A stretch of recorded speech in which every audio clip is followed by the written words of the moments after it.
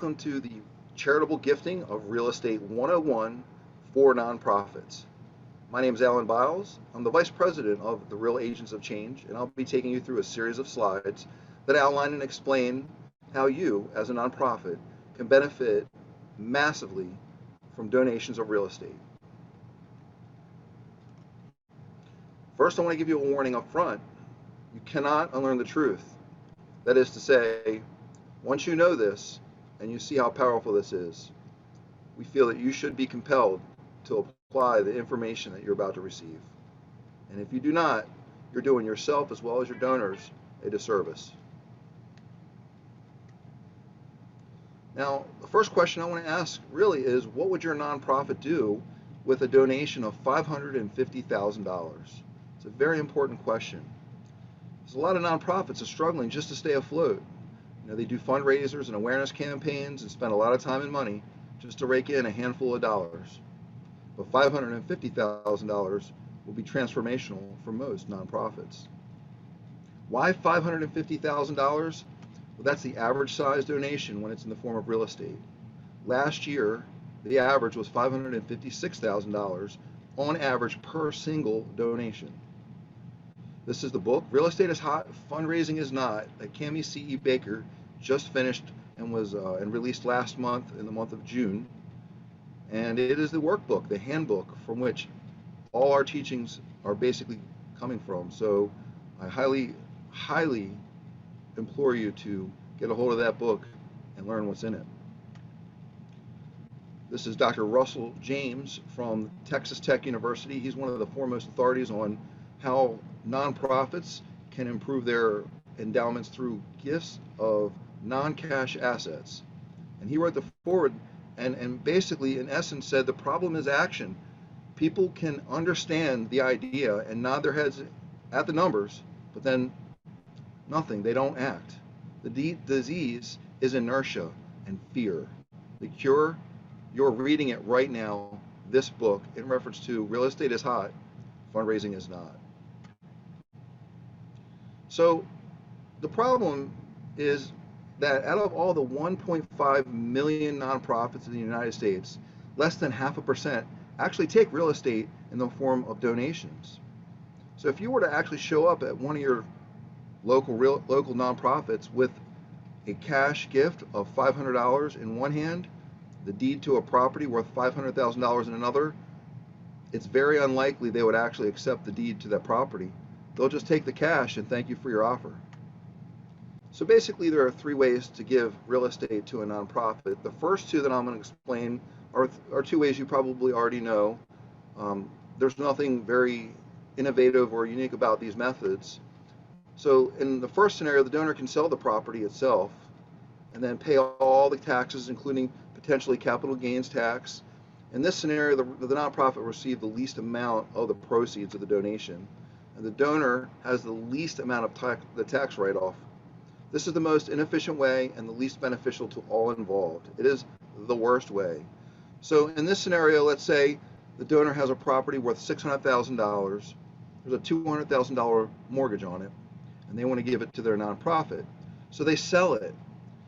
They're going to pay a ballpark of $100,000 or more in taxes just on the sale of the property. So initially, they would have had a $400,000 equity on it, which is now only $300,000 after taxes. And then once they complete the sale, they may want to actually take back $100,000 to offset the tax they just paid on that. Now you're down to $200,000 as a donation and a $200,000 write-off for the donor. This is very, very inefficient. The second way, obviously, would be for the donor to just give the property over to the nonprofit, and then the nonprofit would just take title and ownership. But then they would be required to pay off any mortgage, give cash to the donor if they were asked, or to grant proceeds to other nonprofits if they were going to share in the donation. Then the nonprofit themselves will be responsible for owning, maintenance, and upkeep for the property, and then all during the sale process of this property. And God forbid any acts of God were to occur, like a hurricane or a tornado, then the nonprofit themselves will be liable for that. That would be a great amount of risk, which take a great amount of time and money, and that's typically not going to happen for most nonprofits. Less than 0.1% will actually take a gift of real estate this way. Most nonprofits will not do this. This is the hardest way, especially for the nonprofit. The donor gets off the title easily by giving the gift, but then the nonprofit, if they do take ownership, which is very rare, will actually do all the work in liquidating the property. There are good reasons why nonprofits won't do it either. Like, first of all, there's no expertise in real estate for most nonprofits, and they don't have a team of people to deal with it. They would require capital up front to pay off mortgages, to support the property while it's being owned and held and managed. Real estate itself, the ownership of it, diverts the nonprofits from their mission. So, like, whatever they're doing while they're managing and owning and selling the real estate, they're not on their task. They're not on their mission. A lot of nonprofits have heard of or experienced bad experiences with real estate. And then there are some that will accept real estate under very limited basis, so it could have to be in a certain area. And the majority that do accept real estate as a gift have very restrictive gift acceptance policies. So you have to fit within a very, very tight hold to be able to actually get that gift received. Overall, it is simply too risky. The real reason that none of these nonprofits are taking the benefits of real estate as gifts is because you don't know about option 3. So real quick, let's just talk about some of the nonprofits that actually do take real estate. This is the part of the vast minority of nonprofits that accept donations of real estate. So for example, if you knew someone or you yourself wanted to donate property, Cars for Kids accepts real estate as donations. So if somebody that just wants a tax write-off, they can just give it straight to Cars for Kids, and they'll get their tax write-off, and Cars for Kids will put it to good use.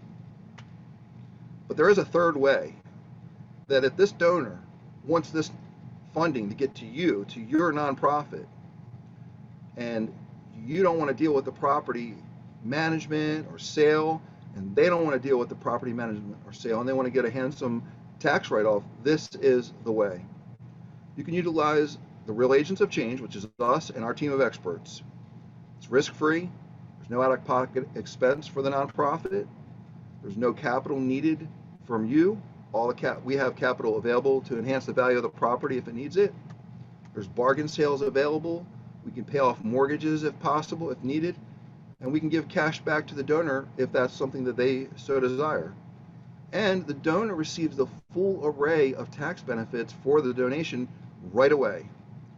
The nonprofit world receives the very maximum donation. 100% of the 1.5 million nonprofits in this country are totally eligible for this program. It's a win-win-win way. Basically, this is how it works. We have a specialized 501c3 nonprofit that is the intermediary. It's a two-step process. Now, the donor that wants to donate the property first donates the property to our specialized nonprofit with agreements up front. They sign the contracts and the net valuation sheet up front that says this property is being gifted on behalf of your nonprofit. Our specialized nonprofit exists solely to receive the gifts of real estate and convert that real estate into capital for your nonprofit and other nonprofits just like yours. So our nonprofit takes on financial responsibility. They pay off mortgages. They do any renovation that's needed to increase the marketability of the property. So for you, there's no risk, no out-of-pocket expense, and no need to accept the real estate itself, just the proceeds of the sale. And this allows any nonprofit to benefit from gifts of real estate from anywhere in the country. So I want you to understand, last year $9 billion was gifted in real estate. So other nonprofits are doing this. The average donation is $550,000, as I mentioned in the beginning. It's a very, very handsome donation. 18,000 or more donations a year are happening in the form of real estate. Your donors do not know that you can benefit from this. So a lot of nonprofits will say, well, we've never been offered a gift of real estate. Well, you've probably not been asking for it either, because you don't want to deal with it, because it's probably not in your Acceptance policies could be written right in your bylaws that we don't deal with real estate.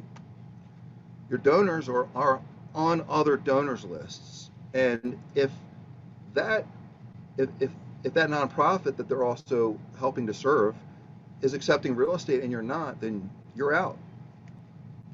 Now, your donors are also looking for tax deductions, and tax deductions that they can get by donating real estate to your nonprofit are way more helpful and beneficial than they could by just giving cash. So really, it's incumbent upon you to let your donors know that they can do this. There is a benefit to them for giving real estate that they cannot get with cash. Your donors are eager to leave legacy. These types of donations are, like I said, transformational and make a huge impact on the community. They're also looking to plan out their planned giving, and real estate is a great ticket for that. Basically, the donations of real estate come in for your nonprofit. We do the rest.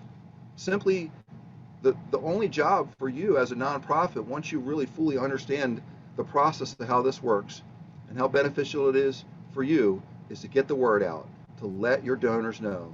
You put it on your website, put it on your social media, include it in your emails, include it in your newsletters.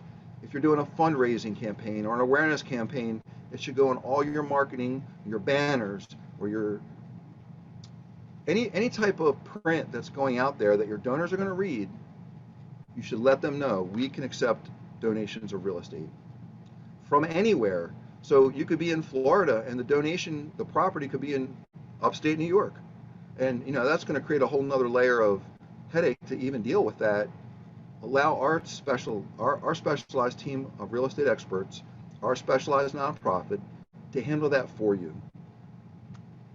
Any size, our nonprofit has the funding available to pay off, large value real estate assets, and any type. It can be commercial, it can be residential, it can be raw land, as long as it's not a timeshare. If it has marketability, if it's marketable and has equity, it's a donation. So you can create funding right now and funding for later this year with charitable real estate. You can create a pipeline of funding for generations to come with this.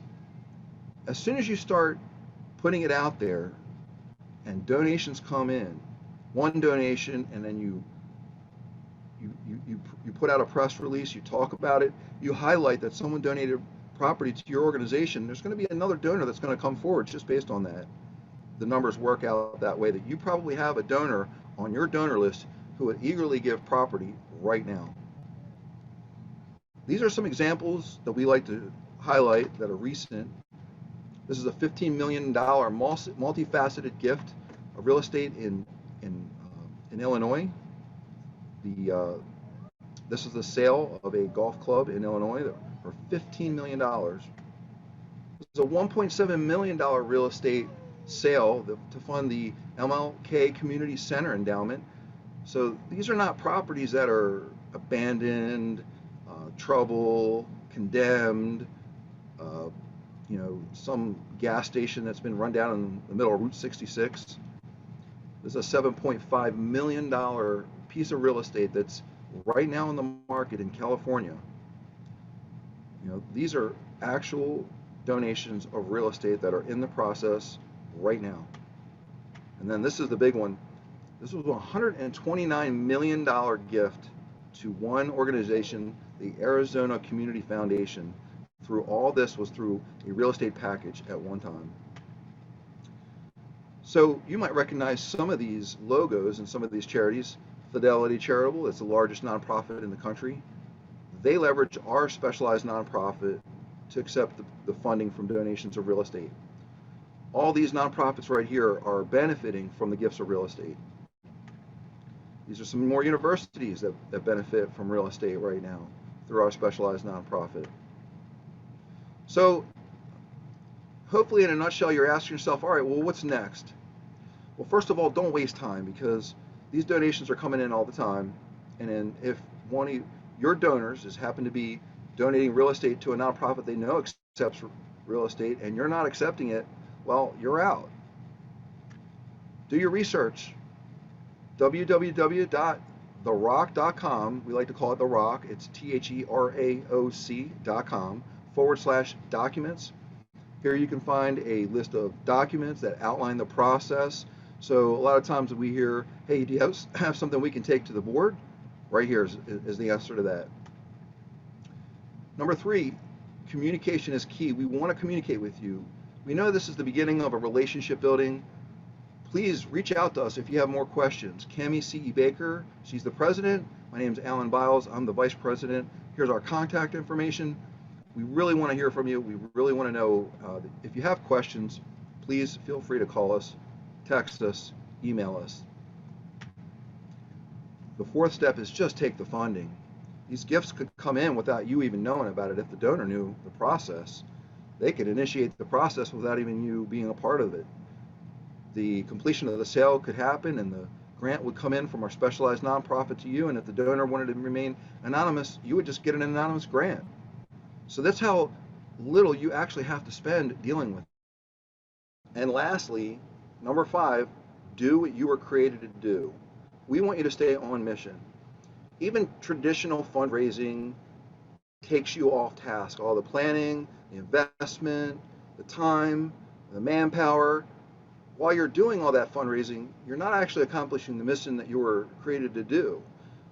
With charitable gifting of real estate, being able to receive this type of funding, you don't have to actually do specific fundraisers or awareness campaigns or have a team spend time and treasure and just have, all this work to go into raising this money. You just let your donors know. These are some links, very important links. We want you to take this down. www.therock.com/masterclass. This is our in-depth deep dive. It's the first and third Tuesday of every month at 11 a.m. Eastern Time. This is the most comprehensive information teaching that we have to offer. The master class is really huge, very important. therock.com/FAQs, where you can see and read a lot of the frequently asked questions. therock.com/donations. Here are some great examples of actual donations that came in and the stories behind them.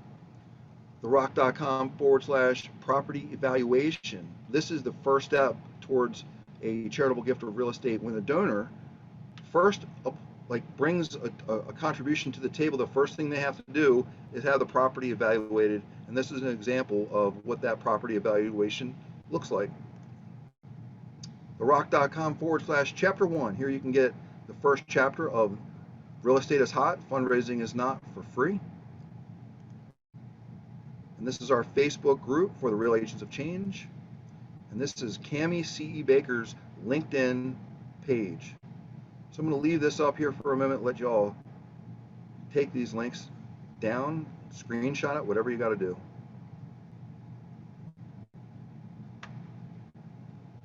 And that's the end of our presentation. I want to thank you so much for joining us. We look forward to hearing from you, and God bless.